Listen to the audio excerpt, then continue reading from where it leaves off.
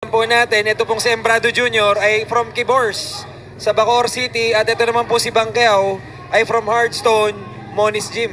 Pareho pong mga gym. Ahoy! Nakapagpatama po doon si Embrado Jr. Ano hindi natin yung record ni Embrado, 2 wins, 2 knockout ha. So talagang may ano to, may laman talaga ang suntok nito. So yun. Nako. Coach! So, ayan naman mga idol. Ito po ang laban ni Raymond Bangkeo versus Edito Embrano. Bout even from Hardstone Boxing Gym of Bangar, La Union, ladies and gentlemen, Ray Bangkeo.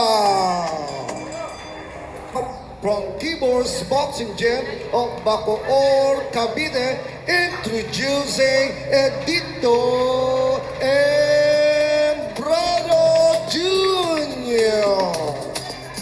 Boxing stable. So basically coach, kung titingnan mo sa papel, dikit itong dalawang boksingero na to at mukhang yung level din ng excitement ng ating mga tagapanood tsaka yung ating mga fans, ano? Kanina pa sila nagiinit para po sa laban na to, Embrado Jr. versus Bangkeo. Umpisahan na natin to mga kababayan. Mag-leave ka na ng comment dyan. Ayan, anong masasabi mo sa pinakawalan ni Bangkeo? Ayun, coach. Yun talaga, mukhang ginulat niya talaga si Embrado. Gulatan talaga, no? Surprise, parang ganun. Parang No? na-miss nila ang isa't isa. Kailangan kasi yun sa boxing din talaga eh. At Pero- ito si Embrado Jr. mukhang may pabalik na pambate. Pero ayaw niya rin eh, kabitehin niyo to. Alam mo naman pag mga kabitehin niyo. Kabitayin nyo, palaban. Palaban No? to. Para tong talagang... Ngayon si Bangkeo mukhang nakaramdam ng sakit kay Embrado. Kaya medyo maatras.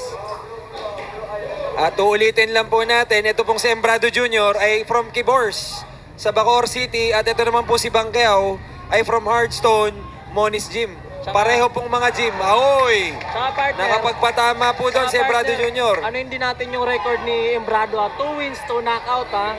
So talagang may ano to, may laman talaga ang suntok nito. So yun. Nako. Coach, tinigil na po ni Rep Tomaldan ang laban. 3 knockout na to. 3 wins, 3 knockout. So talaga Napakagandang laban. Ayan. At syempre, hindi po dyan nagtatapos yung mga ganitong laban, ano? Maganda po ang pinakita pa rin, nagkataon lang talaga. Matindi po ang mga pinakawalan ni Embrado kay Bangkeo. Pero si Bangkeo, for sure, babangon to.